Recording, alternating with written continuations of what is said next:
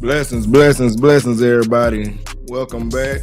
I'm your boy, Priest King Tony. We're going to do a little NBA playoff update. A lot is happening. Give a big shout out to everybody who continue to watching the content. We'll continue to make these videos as y'all continue to watch. So let's get it going. Last video, I talked about how the playoffs is being lackluster. I don't know if they got it to the players, let the players know that I wasn't feeling it because a lot has happened. We saw some good games since then. It seems like it's kind of picking up steam now. So we're going to see how the rest of these playoffs go. A lot of shocking stuff happened. A lot of historical upsets. So we'll see what continues to happen as the playoffs continue to progress. But let's get into that first matchup. Nuggets in 5 was my prediction. Nuggets in 5 is what happened. I don't know where exactly do the Timberwolves go from here. Like I said, I think they really need a new coach. Giving up so many big leads is a sure sign of bad coaching.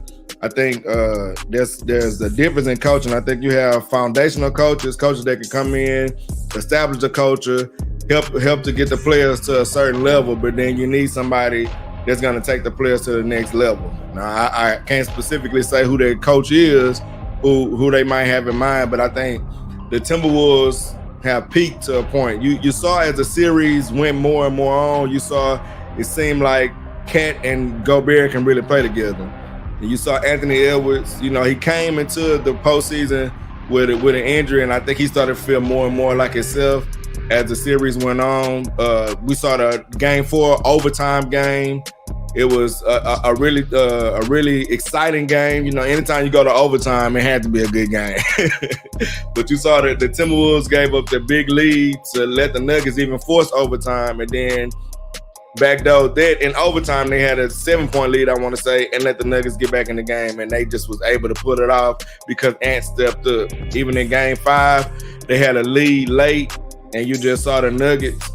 Although they are a better team, I still think it's inexcusable for the Wolves to continue to let these big leads be squandered like this. So I hope to see them make some changes, shake things up. I think they tried last summer to get some vets.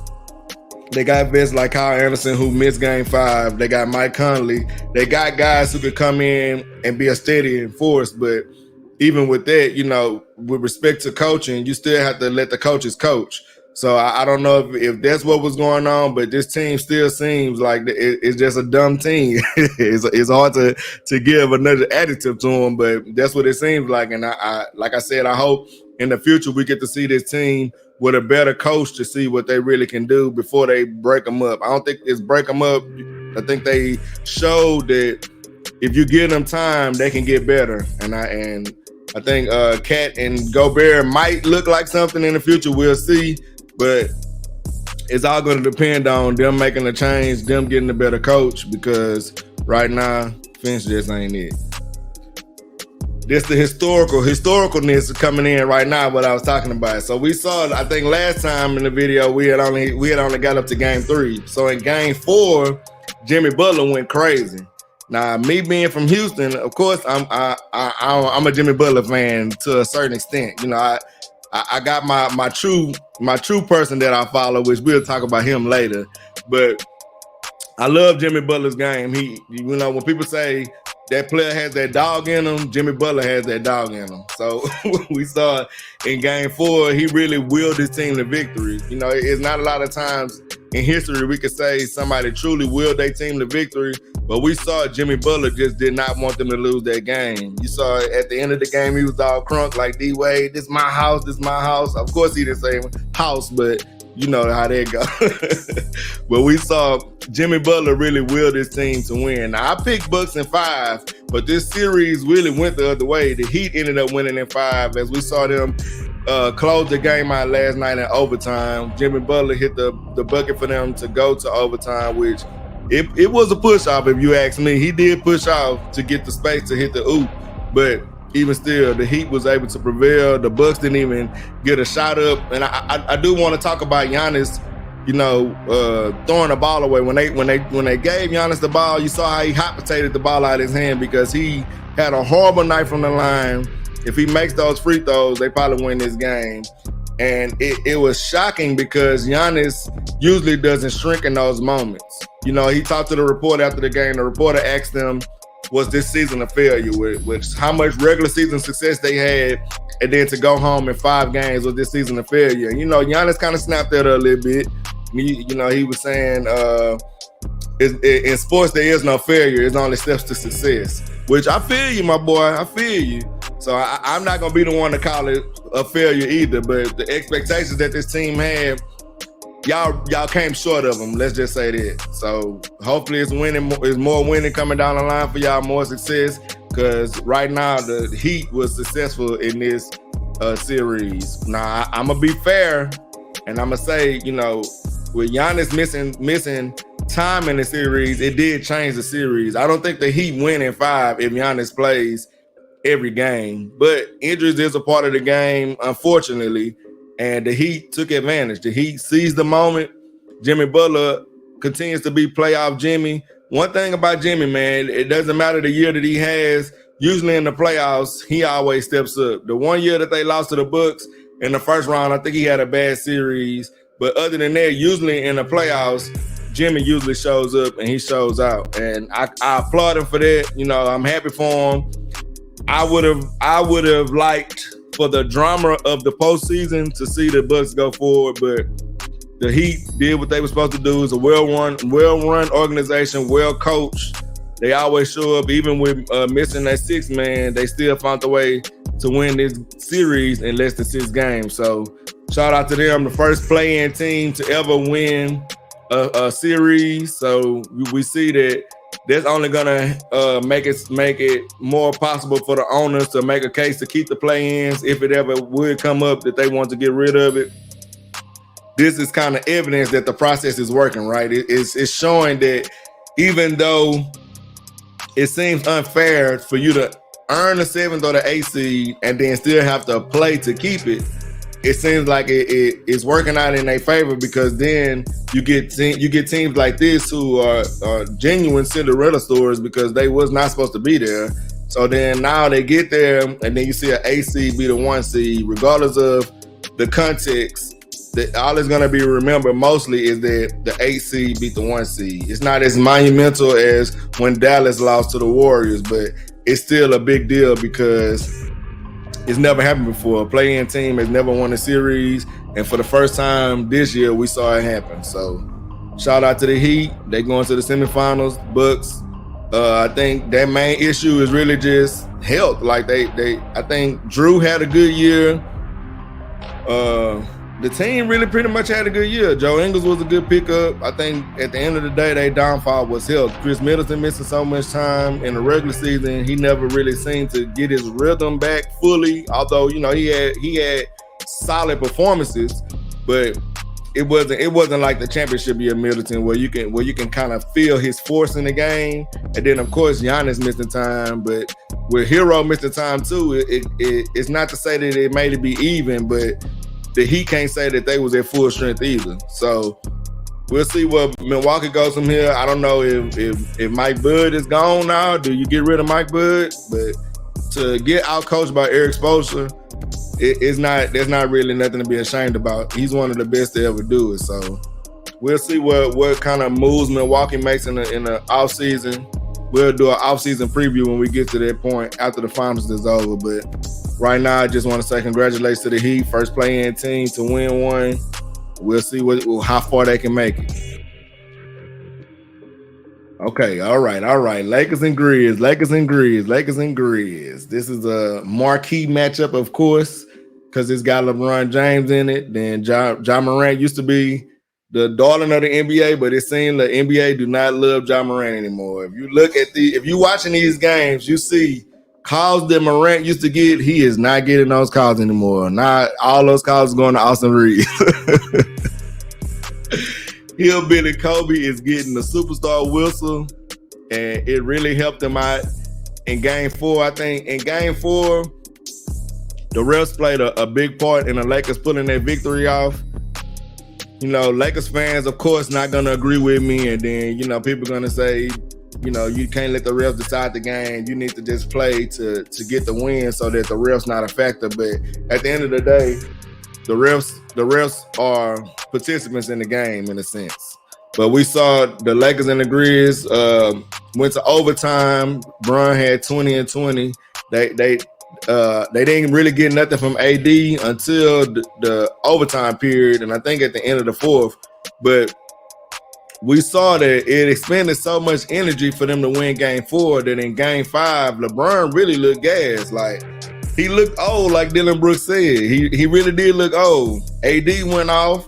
AD had a huge game, and they still lost. And what's scary now, if you're a Lakers fan, is Bron going to be able to recover now? Like, is he going to have enough time to really just get his legs back under him? Because he admitted himself that he did not have a good game. He didn't look good, didn't look like himself. Really, for majority of this series, he hasn't really just looked like the playoff LeBron that we know and love. So I wanted them to make the playoffs because I did want a chance to see playoff Bron one more time, but I don't know if we're getting there. I don't know if he has that extra gear like he usually does. I mean, the man almost 40, man. He's 38, 37. He up there. So it's understandable, but you know, most talking heads not gonna give him no pass on that. So we'll see how this series goes. Grizz was able to force Game 6, being down 3-1. Both of the games, I say more so the second game in LA was winnable. The first game, they just got out to a horrible start. They fought back at the end, they made it close, but because of the deficit that they had at the beginning of that game, it was unrealistic that they was going to win that game. But for them to come back and almost win in Game 4, which both teams look gassed. Don't get me wrong, both teams look like they're worn out from this series. It's a very physical series. They're playing into each other's bodies. Both teams aren't really just shooting good, so a lot of it is just paint attack. So the Grizzlies kind of found their stroke in that game, but if you're the Lakers, 99 points is not going to win you no game. At any point in the series, is 99 points going to win you a game. So the Lakers have to find a way to put more points on the board. Hopefully that's remedied with just LeBron being more rested to be able to come back. You saw they took him out a little earlier in the fourth than you would think because the game was still kind of close. It was kind of still winnable. They was fighting back, but I think that was to get him more rest too. So we'll see how Game 6 goes. You know how people say they knew they had Game 6 in their back pocket because it was a home game. They can go back in front of their crowd and they can win then, but that's a dangerous game when you're playing a team as electric as this, because the Grizzlies can put up points, as we saw. We see that they can put up points if they're on their game, if they making their shots. Desmond Bane has stepped up tremendously because of all of the attention that Ja Morant is getting. Now, Luke Kennard messed up his shoulder, so we'll see how that goes because he provides so much spacing for them to be able to really attack the paint. So if he's not able to go, that means you got to give Dillon Brooks more minutes, or you got to give Roddy more minutes, like guys like that that's not really producing at the level that you would like them to. Dillon Brooks has just been trash. For all the stuff that he talked, he has just really been horrible. So if they have to rely on Dillon Brooks, it's going to be over in Game 6. If they can get Luke Kennard to get some minutes or somebody else to come in, like Conchar, or somebody that can come in, space the floor so that Ja and Desmond can really work their mid and in the paint area more efficiently, then maybe they have a chance. Obviously, Grizzlies in 6 is dead. But maybe Grizzlies in 7. We'll see. We'll see what team shows up in Game 6 in LA. Their first game in LA, the lights was too bright for them. Game 4, they kind of wilted down the stretch because they had leads in that game to where it felt like they could have won that game. So that's a game that you can look back and say, hey, we can win in LA, even though I think they haven't won in LA in a long, long time. So we'll see if Game 6 they can reverse that trend, get them a dub, and see if they can force Game 7. I'm going for Grizzlies in 7. I'm sticking with Grizzlies. I think they're the better team. I think AD is the best player in the series. So we'll see what AD do we get. Even though last game we did get a good AD and they still lost, but you can attribute it to They knew they had Game 6 at home. They knew that, I mean, the Grizzlies was at home, so they played better, of course, in front of their fans. So we'll see. Do their game travel to the road? How does it go when they get back in LA? Right now, I'm sticking with Grizz in 7, so we'll see when we get to that next update video. Was I right or was I wrong? Man, this series right here, man. Suns was able to close it out in 5. Once we saw Kawhi was hurt, we really kind of knew it was over. We saw JJ Redick kind of got on Stephen A. and Mad Dog because they was questioning whether Kawhi really had the heart to play. And I think JJ Redick made a good point that I think sometimes we as people that's watching, we as people that's fans for the most part, because even those guys, they just glorified fans. They just, people just want to hear them give their opinions, and it's entertaining, of course. But I think what JJ said was really eye-opening, because you think about when this guy's been through so many injuries, although it may not seem like it's a big thing to any other person that, oh yeah, this person, they should just play through it. It's a mental hurdle as well when you go through so many injuries to then try to play through the injury or be nervous to come back and play. So I don't know. Do the Clippers blow it up now? Like, where do they go? They got a veteran team, and that, to me, I said this before. I said it's not unreasonable for the Clippers to think that this team can win, but it is unreasonable for them to think that this team can stay healthy. So it's like, wow, do you get rid of Kawhi? Do you get rid of Paul George? Do you just blow the whole thing up? You really never got to see the true potential of this team because you cannot get both of them to really be healthy for any real serious amount of time. So now with the Suns handling business, they took care of this because the Clippers was not going to be able to keep up with them without having either Kawhi or Paul George. They needed at least one of them to try to keep up with the firepower of their team. And I hate it because Westbrook had a really good series, not the most efficient series, but he was hooping. We saw shades of the younger Westbrook, the older version of Westbrook, however you want to look at it. But we saw Westbrook could start to seem like he could be contributing to winning basketball. So it sucks that Kawhi ended up getting hurt. You know, Paul George never got to play at all. So we really didn't see really what the series could have been if everybody was healthy. But again, you know, injuries is a part of the game. You know, it's crazy because, you know, people try to pick on the Warriors and poke fun and, you know, they never played healthy teams, but beyond, you know, they beat the Celtics who was healthy last year, but we'll talk about that another time. But it's crazy how much injuries just define people's runs. You know, it's a part of life, it's a part of the game, but the Suns benefited this time. We'll see how they do in their second round when they meet the Nuggets. I don't know what the Clippers could do because Ty Lue is a good coach. I mean, it's really just according to their fate. According to their fate, or do they think that they can win with this team? I think they can. I think they can at least do better than this. But can they be healthy? Because it does not seem like they can be healthy. Can we rely on Kawhi to be there when we need him? Can we rely on Paul George to be there when we need him? Because it's cool to make the playoffs, you know, be the 5 seed. Everybody wants to experience that, getting into the playoffs. And you got guys like Terrence Mann, you know, that's getting a valuable experience. But if your superstars are not there, your superstar's not healthy, then what do you do? What's the solution? We'll see. Clippers in 7 was absolutely wrong. Suns pulled it off in 5. They took care of business. They did what they were supposed to do. It'll be a bigger test for them in the second round. So we'll see what happens with that series. Celtics in 5 is dead.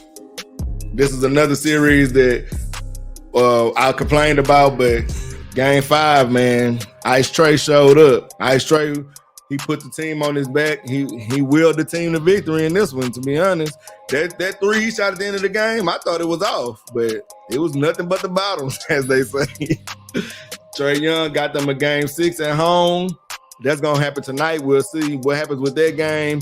It's tough because to me, I really thought Boston was just gonna handle these boys easily. I did see Atlanta getting one at home because their home crowd is so electric. It's a true 6-man, as they say.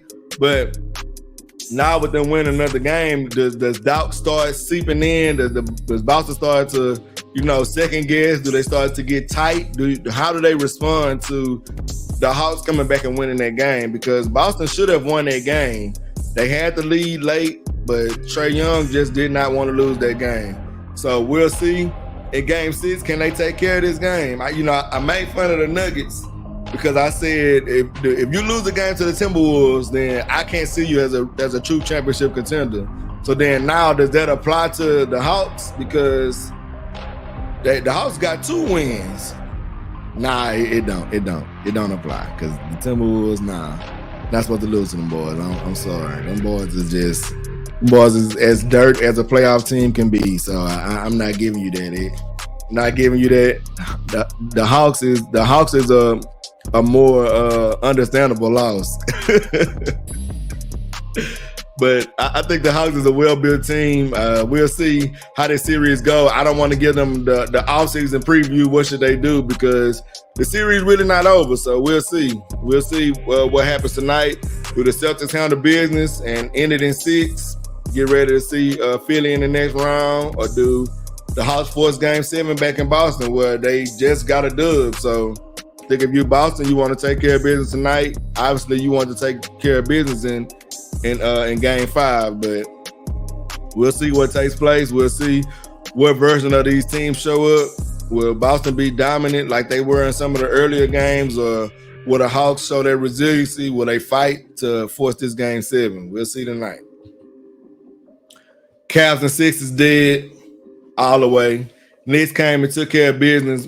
I will say, man, Donovan Mitchell, man. This another team. The Cavs is a team where I don't see where they go either. I guess you could try to get rid of Jared Allen, see what you can get for him. Let Mobley play more at the 5, but you can see kind of like he's not really ready to really be a full-time 5. Maybe later on he can kind of fill that role or be the small ball 5 for most of the minutes. You just have somebody there to start next to him. But with Jared Allen being such a big piece of their team, I guess he's really the only tradable asset that you really want to give up, because you got guys like Cedi Osman and coming off the bench and stuff who really didn't really give you nothing in the series. But I mean, I guess they tradable assets, if you want to say. I mean, maybe somebody can see something they want to redeem out of them. But Jalen Brunson showed out again against Donovan Mitchell. Put him out the playoffs 2 seasons in a row. They switched conferences, but Donovan Mitchell couldn't run from that smoke, man. Jalen Brunson is a proven playoff performer at this point. I'm excited to see him and Butler go at the next round because it's 2 guys who exceed expectations. They seem to play above what people just really think they can do. So we'll see how do they look next series. It's really not nothing to truly just break down from this series, because the Knicks really handled the series as well as you would think if you're a Knicks fan. I mean, they kind of dominated the series. So I want to say they kind of untested, but the series just was way more one-sided than I think people thought. But we saw Julius Randle get hurt in that last game. We'll see if he's ready to go. Julius Randle, I think, is their leading scorer now, but we'll see if he's ready to go, if he can play, what they can do in the next round. But the Cavs is just still looking for another answer after this season. I don't really know if you want to do a coaching change. What really do you want to do that you think is going to be effective for this team to really, I guess, take the next step? Last year they was in the play-in, they lost. This year they made it to the playoffs, lost in the first round, even after all the offseason moves that you made. So I guess next season you shoot for at least the second round. You wanna continue to progress, especially when you got a guy like Donovan Mitchell on your roster. You want to try to maximize his talents while he's still producing at such a high level. Even though, you know, he kind of wilted down the line of this series, but he has proven in the past that he can be a big time playoff performer. So we just see how do they try to move pieces around on this roster to try to make it be better than them. Like I said, they can give up on the two bigs thing that they seem to be spearheading and try to get more bench pieces for in exchange for Jared Allen being shipped out, and let Mobley be more of a full-time five, or just get somebody to start next to him, but he really plays most of the 5 minutes. We'll see. You know, he was a defensive player of the year candidate, so the Cavs just have some questions that they need to answer. We'll see what they do in the future. We already talked about this. This is over with. Warriors in 6.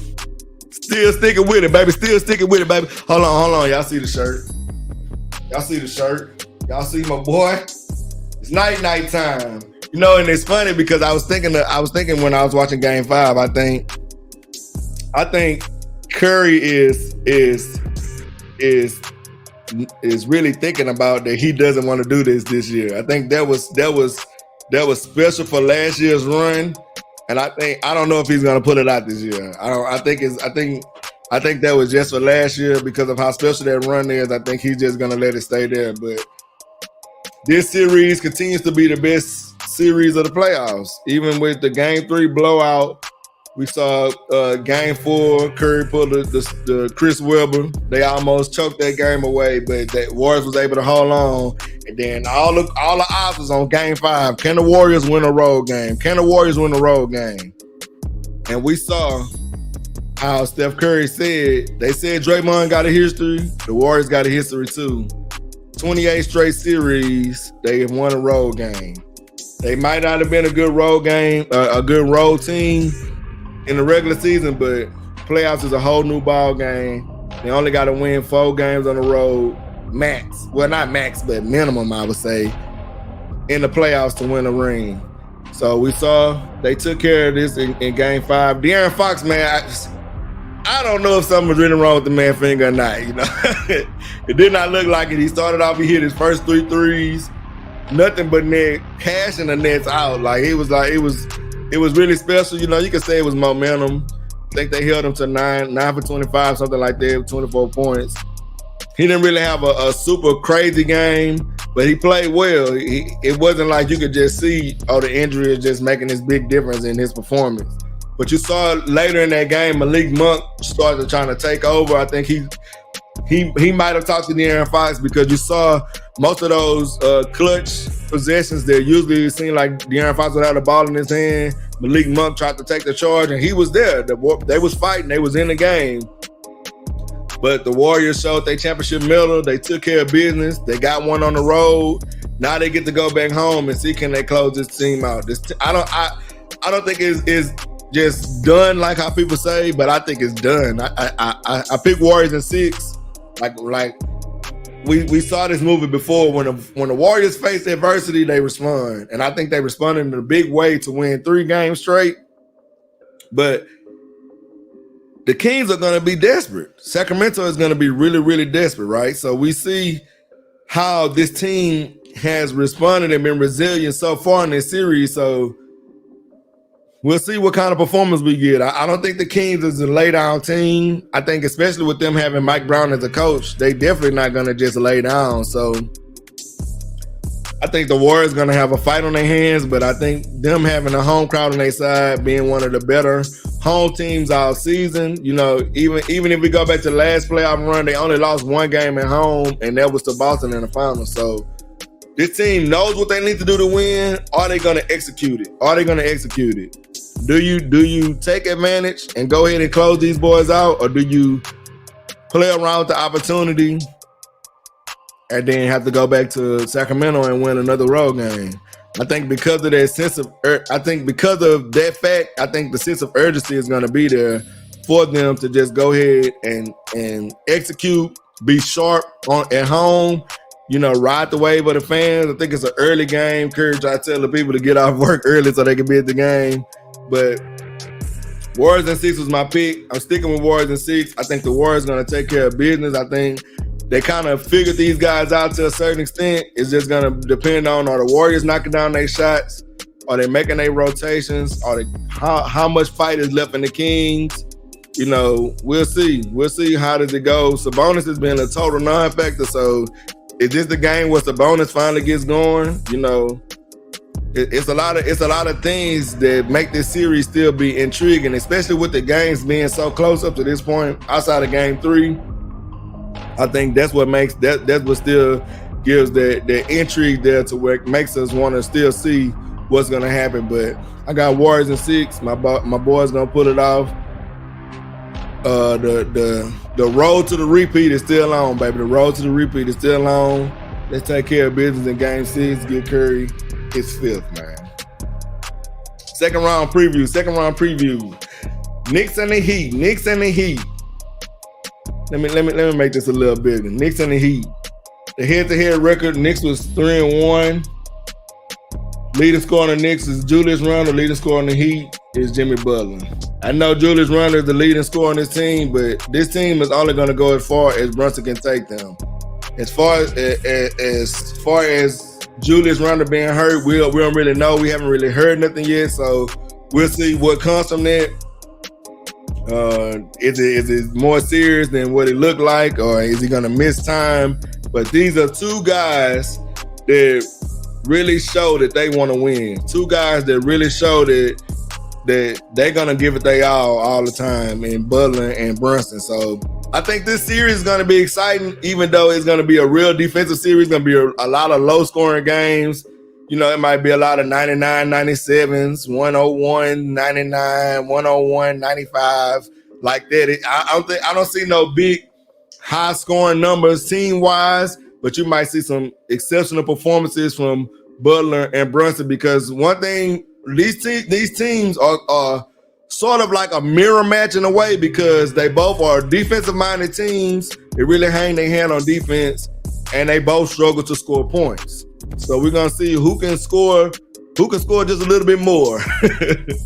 That's how this series is gonna go. Who can score just a little bit more? Whoever can score a little bit more, that's who's gonna win this series. Right now, playoff Jimmy is my pick, man. Heat in 7. Playoff Jimmy is my pick. I see Jimmy really showing out this series, more than he's already done.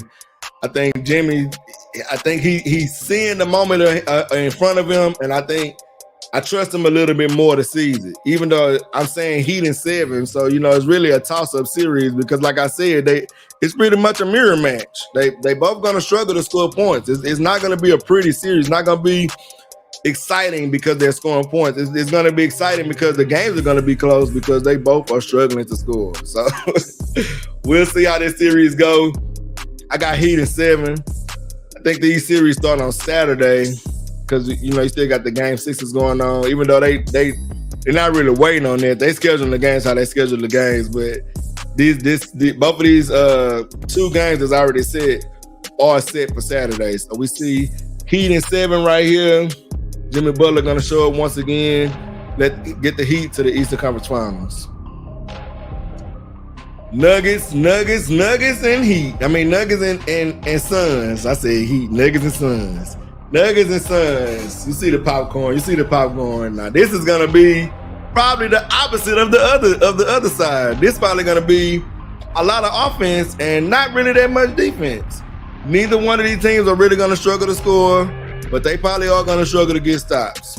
We saw both of these teams get tested in the first round. As much as you can say, they both won their first round matchups in 5 games. You see the head-to-head record was 2-2. Leading scorer on the Nuggets is Jokic. Leading scorer on the Suns is Devin Booker.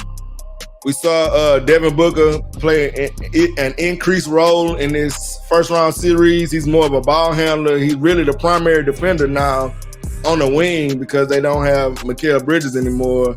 So you see, even with that increased load, we saw Booker still be able to get buckets. So we'll see Can he continue to do the same thing with a more formidable opponent now?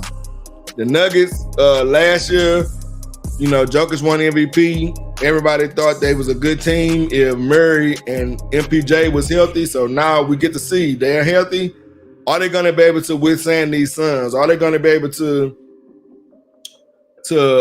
perform above at a high enough level that they can get past the Suns team with Chris Paul, KD, Booker, DeAndre Ayton? You know, the team is formidable, but once you get past them five, what really do you got? What really do you have outside of them? Because the team has no depth. And I think I revealed it already. Yeah, Nuggets in 7. I got Nuggets in 7 because I think the Nuggets are a deeper team. Although the Suns got KD, so it's gonna take 7 games, I say, to beat this team. But I think eventually the lack of depth is gonna wear this team down, and we'll see the Suns be able to pull it off. I think Devin Booker can't hold everybody, and I think Kevin Durant and Michael Porter Jr. is gonna be an interesting matchup. But then I think Ayton is soft, man.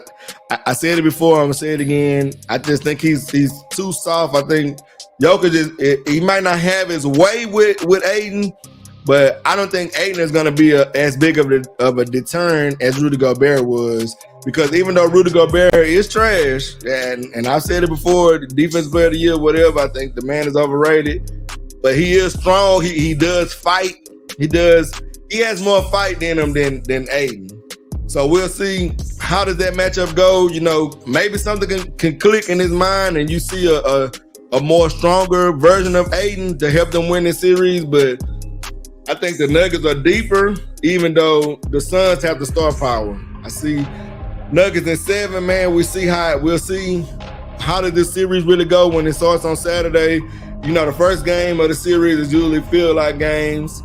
But I think this is going to be an explosive series. I think we're going to see some huge performances on both sides as this series progresses. I think this is going to be really exciting, really popcorn-worthy matchup. But I got Nuggets in 7 right now. I like Phoenix. I think they think next year, like I said in a previous video, they'll be better when you're able to really build the team around who your core really is. You know, we'll see how far this team goes before we speculate on who should they keep, who should they let go, because it's a lot of basketball left. So with that being said, I got Nuggets in 7 in that series. Before we leave, I do want to give a shout out. Lamar Jackson signed his deal. You know, I'm a Lamar Jackson fan. I'm not a bigger Lamar Jackson fan than Pat Mahomes, but I think he does get disrespected a lot. So before I leave, I want to make sure I give a shout out to my boy getting his deal. And now it's time to go put in that work. We'll be back later on, give another update, you know, as we see some of these series close out, some of these other series start in the second round. We'll see how those series is looking, how they matching up. We might see some game 7s. We might see some people get it over with in 6, but we're going to see soon. Shalom, everybody.